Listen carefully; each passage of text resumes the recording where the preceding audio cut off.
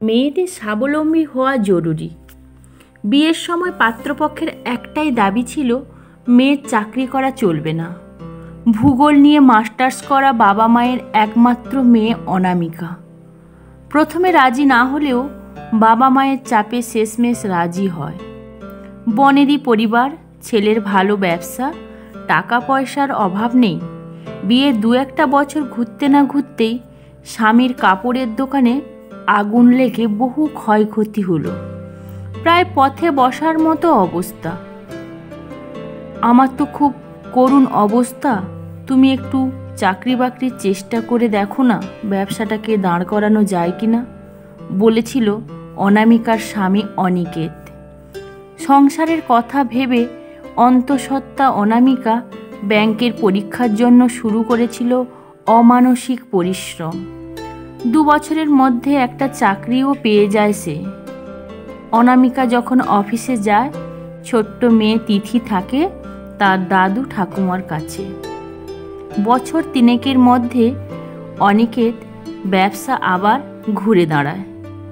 রাত্রিবেলায় একদিন অনিকেত অনামিকাকে কাছে টেনে নিয়ে বলে, এবার চাকরিটা ছেড়ে দাও, কি দরকার আর, তিথিকে মানুষ করো, আমার ব্যবসাটা তো দাঁড়িয়ে গেছে।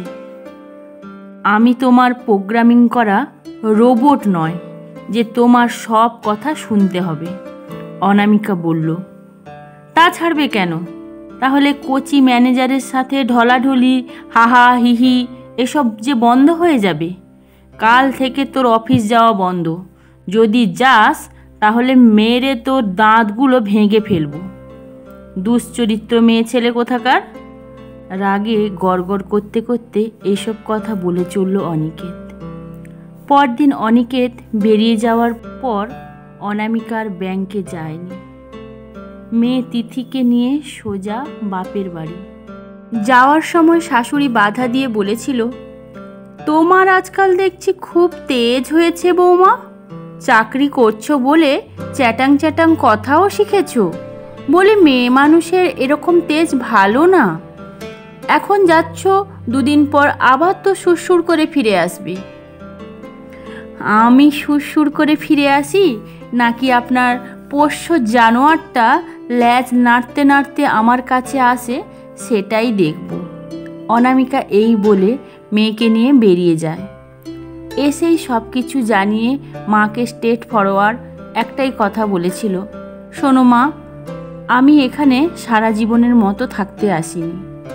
আমি এসেছি সেই অধিকারে, যে অধিকারে এক মেয়ে আসে তার বাপের বাড়িতে। একটা ফ্ল্যাট বা বাড়ি ভাড়া দেখে তিথিকে নিয়ে চলে যাব। তোমাদের আমি একমাত্র মেয়ে, তাই তোমাদের দেখাশোনার দায়িত্ব পুরোটাই আমার। তোমরা আমার সাথে আসতে পারো, আবার নাও আসতে পারো, সেটা তোমাদের মর্জি। বাবা মা বুঝে গেছিল যে মানিয়ে নিতে হয়, কিংবা মাথা ঠান্ডা করে আর কিছুদিন ভেবে দেখ, এই জাতীয় কথা বলে কোনো কাজ হবে না। অনামিকা এখন একটা ফ্ল্যাট ভাড়া করে থাকে, বাবা মাও তার সাথেই থাকে। অনিকেত 2-1 বার এসেছিল, কিন্তু অনামিকা ঘরেই ঢুকতে দেয়নি। শাসিয়ে গেছে, দেখে নেব। অনামিকা মেয়ে তিথিকে রোজ সন্ধ্যাবেলা পড়তে বসে। তার মেয়েকে বোঝায়, শুধুমাত্র আর্থিক সচ্ছলতার জন্য নয়, স্বাধীনতা এবং আত্মসম্মানের সহিত সমাজে এবং বিশেষ করে পরিবারের কাছে মাথা উঁচু করে বাঁচতে হলে মেয়েদের স্বাবলম্বী হওয়া একান্ত প্রয়োজন। না হলে সারা জীবন কলুর বলদের মতো কম্প্রোমাইজ করে কাটাতে হবে। ধন্যবাদ।